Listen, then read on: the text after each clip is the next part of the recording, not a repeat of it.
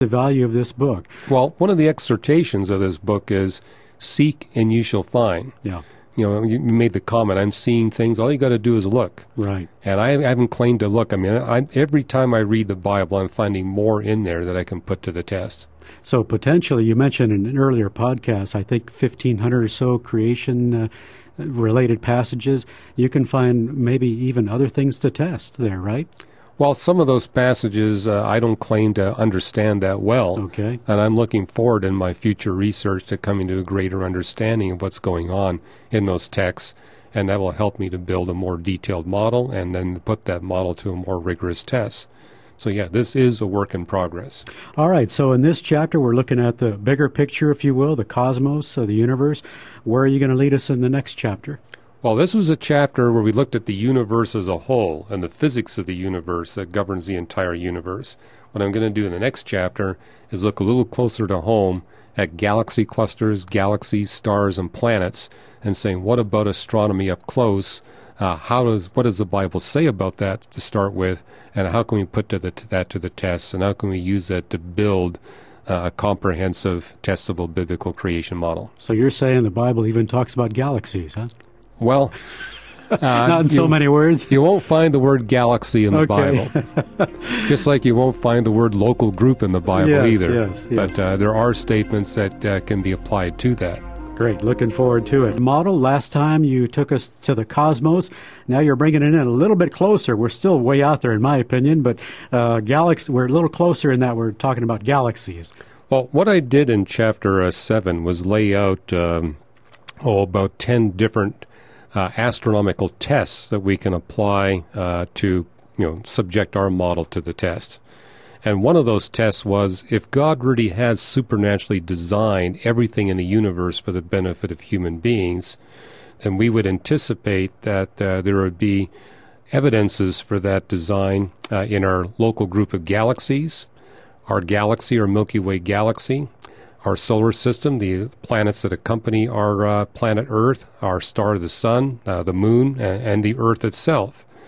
And so we would also anticipate that given that God is using the human species as a central tool to bring about the end of all evil, that then this would be the one place where everything is focused.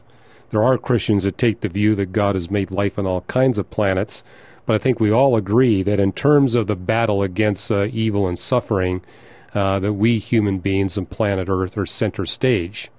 And Jesus Christ dies one time, one place for all, it tells us in the book of Hebrews. That being the case, we would anticipate that the sun, for example, should have unique features that are uniquely designed to make possible the existence of advanced life. And if that is really true, then we would anticipate that we're not going to find other stars that are sufficiently close to the sun's characteristics that they would allow for the existence of advanced life. Okay, well, what has the science borne in that respect? Well, that's what we do in this chapter, is Okay. we say, let's see, do we see a twin of our Milky Way galaxy? Do we see a twin of our star? Do we see a twin of our gas giant system? And I begin with our sun for the simple reason that in astronomy, it's hard to make accurate measurements of things that are not very bright through our telescope. Galaxies are dim because they're so far away. Planets, likewise, are dim because they're so tiny and they don't undergo nuclear burning. Stars, on the other hand, at least the stars in our galaxy, are bright and fairly easy to measure their characteristics. So I argue that our sun is the most rigorous place where we can apply this test. Does the sun have a twin? In fact, astronomers have been looking for over 50 years to see if they can find a twin to our star, the sun. Now, what they're finding are what they call quasi-twins. A lot of stars that have characteristics that are similar to that of our star, the sun, but none of them are sufficiently close to the characteristics of the sun that they could be a candidate for advanced life. So not even fraternal twins, quasi-twins, huh? Well, I mean, this actually as a byproduct, that this should be a signal to the SETI community, the Search for Extraterrestrial Intelligent Life. If you can't find a star that has characteristics that would permit the existence of advanced life on a planet orbiting it, then why bother to look for the signals? In other words, we don't even have a star candidate, let alone a planet candidate in terms of SETI. But from our biblical creation model, we would predict you're not going to find any. Yeah. Okay, so if we can't find a galaxy like ours or a sun like ours, this sounds like we've got a fine-tuned system here. How fine-tuned must it be to permit advanced life? Yeah, it's a way to put to the test the design argument. Okay. Nobody disputes that there's design. What they are disputing is that design's supernatural. And I'm pointing out, well, according to the Bible, the design is targeted on the human species. That being the case, one of the ways we can put that to the test is see if we can find other twins. I mean, when people first discovered planets outside of our solar system, they broadly predicted that our solar system would prove to be common. We'd be finding many analogs to our solar system. Well, today we have found 330 planets outside of our solar system. Not one of them do we see planets that are sufficiently close to the planets in our solar system that they would allow for the existence of a planet with advanced life on it. So my whole point is astronomy is now advanced to the point where we can actually make tests.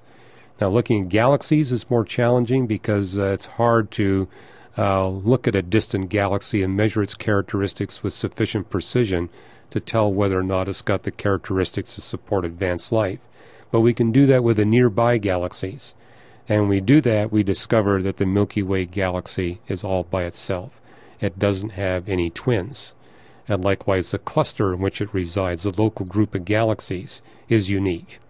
We can't measure all the galaxy clusters in the universe, but those that are close enough to us that we can make measurements, we're seeing that the local group is unique. It's not common.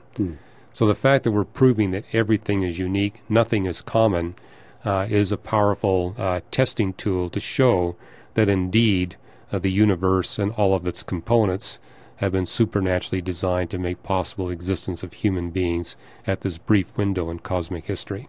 Okay, so if we don't have twins to the galaxy cluster, nor the galaxy, nor the solar system apparently, how about, what are we learning about these 330 extrasolar planets? You said they're nothing like ours. What are we learning? What do they look like? Well, most of them are gas giants, and so the prediction was we're going to find a whole bunch of these extrasolar planets that have the characteristics of Jupiter, Saturn, Uranus, and Neptune. The truth is none of them look at all like Uranus, Neptune, Jupiter, and Saturn. They're either orbiting their star too close, or they orbit their star with very eccentric orbits, which means they have elliptical orbits that are too elliptical to allow a stable orbit of a planet like Earth that could sustain advanced life. So the point here I'm making, I make this point in the chapter, is that it's really not necessary to find planets of the size of the Earth to put to the test, is there somewhere else where advanced life can exist? Advanced life can't exist somewhere else if you don't have a star like the Sun and if you don't have a suite of gas giants like Jupiter, Saturn, Uranus, and Neptune. So until we find that, there's no need to look for a planet the size of the Earth if your quest is to prove that there's another site where advanced life is possible. So is it easier to find than the gas giants? Yeah, the big planets are a lot easier to find than the small planets. Yeah, and those are necessary. We need Jupiter, Saturn, Uranus. Well, I've explained in the book why the galaxy must be the way it is to make advanced life possible, why you just can't go with any old galaxy. Might ruin your enjoyment of Star Wars, but it really does have to be just like the Milky Way galaxy. And likewise, I do the same thing and explain